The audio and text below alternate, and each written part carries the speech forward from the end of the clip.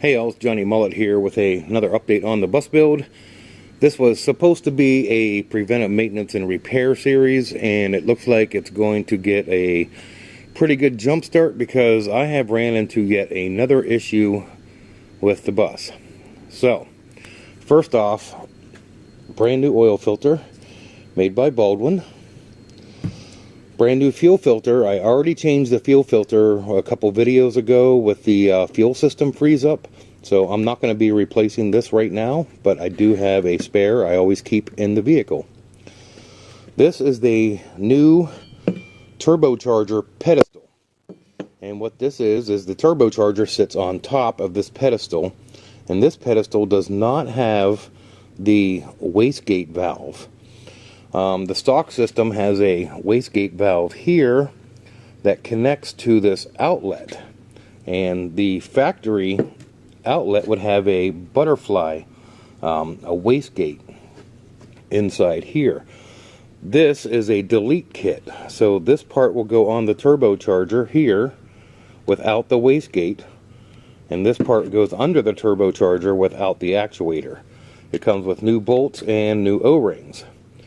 But real quick, let me show you what kind of problems I'm running into right now. I'm kind of glad this is all happening now and not when we were on our cross-country Skoolie trip. So let's go on over to the bus here.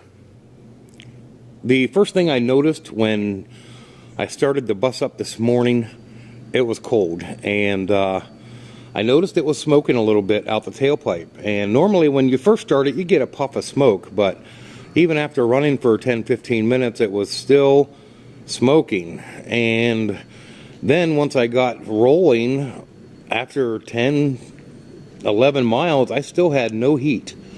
My bus had no heat, and it was cold.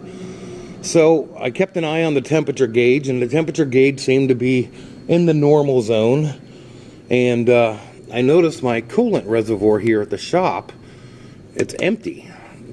And so it's got a coolant leak, and I noticed I had to top it off a few times in the past, but right now it's like pretty much gone.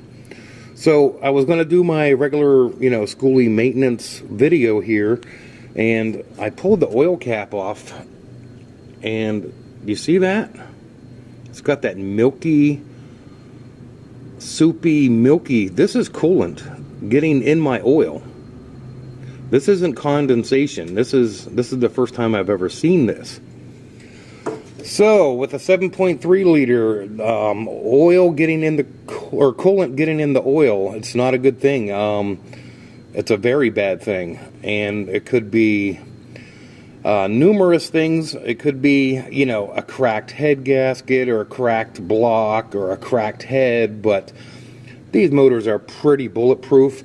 So what I'm thinking we have going on is I have a leaking oil cooler.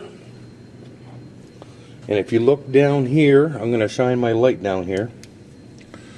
You see this big shiny thing right here? There's a tube that runs back to the oil filter.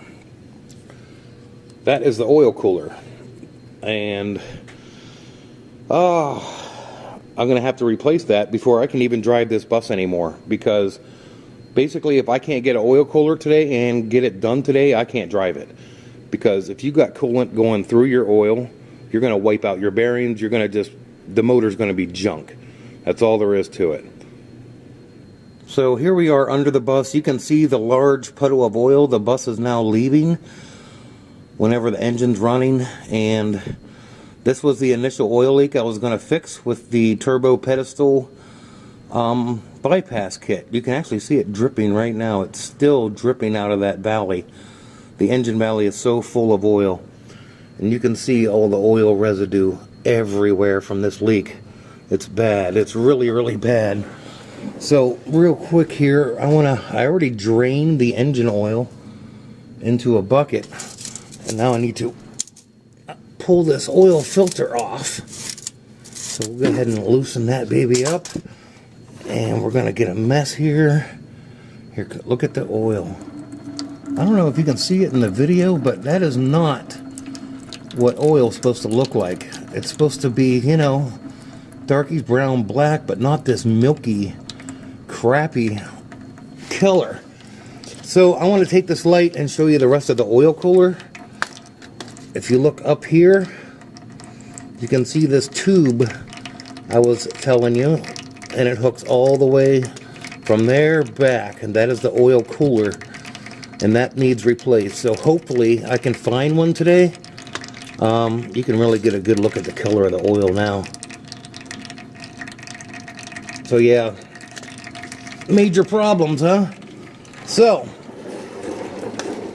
this is just a reminder to everyone out there wanting to do the Skoolie life that a repair like this is going to cost you a lot of money.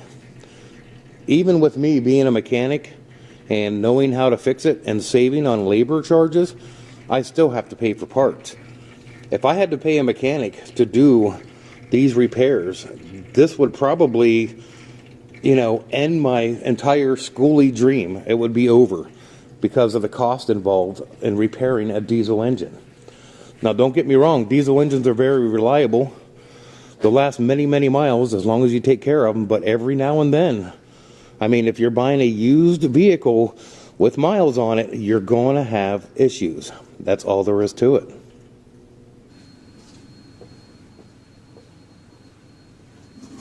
Alright, so it's Monday morning, and I all told you about my big surprise, another repair that I wasn't expecting, and like I said, thank God this happened now that I'm back home and not on the road, because it would have finished the trip basically.